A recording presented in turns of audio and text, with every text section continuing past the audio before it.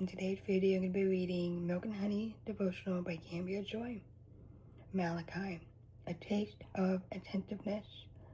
Then those who feared the Lord spoke for another. The Lord paid attention and heard them, and a book of remembrance was written before him of those who feared the Lord and esteemed his name. Malachi 3:16. We take note of the things we want to remember. We note the particular blue of someone's eyes or the sound of their laugh. You don't just look at the person, you take notice of them. Something stays in your mind about their presence. You carry that memorable trait or encounter in your heart because in some way it's made an impression, and you take mental notes because of you want to remember it. Of all the things I've noted in the scriptures, this particular moment in Malachi stands out because God not only tells us he keeps a journal, but reveals what he writes about. It seems remarkable that we are allowed to peek into the mind of God and know what he jots down to remember. He doesn't keep it a mystery. He swings the door wide open to reveal that his attention lies with us. The psalmist put it like this: because he bends out to listen, I will pray as long as I have breath. God, who formed the clouds and made them dust beneath his feet, bends down to us not only because he wants to hear, but because he wants to listen. He takes one step further to note it so it would never be forgotten.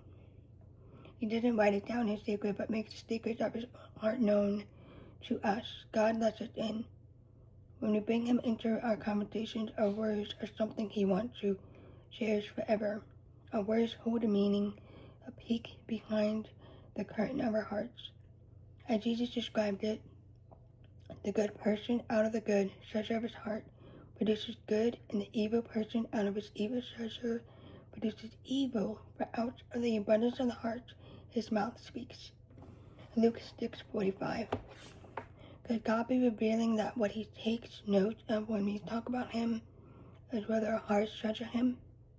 My husband recently mentioned a conversation he had with someone who just told him about a well-known athlete who is a follower of Jesus. The friend watched first out of interest in the sport, but then took notice because of who the athlete was.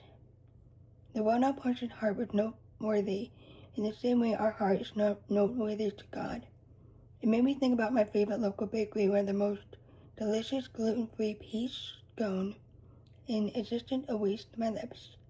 If you remind me long enough, you realize many things remind me of food or food stories. Trust me, this release. When I recently went to the counter to buy, the girl who at my treat made mention of God, which made me take note of her. I think this is what God does with us. When you and I talk about God, he notices our heart for him. Our conversations are amplified in the Creator's ear. When we talk about him, God pays attention. Why? Because our words reveal what matters enough to our hearts to bring it to our lips. And God can help us savor every last syllable.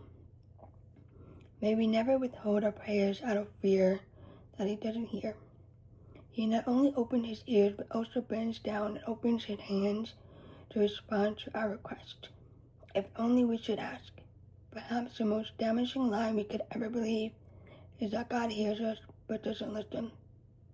Think about what someone does after you finish talking and they're done listening. They respond. Whether with words or tears or maybe an embrace, their response tells you that they care. Don't ever forget or doubt that God cares so much about you. He's ready to write down what you say about him, and he cares so deeply, he will respond. We were once a dream in the heart of God, so how could we not share our dreams with him? If we pay attention, we might hear the marks of his pen and realize he's always paying attention to us.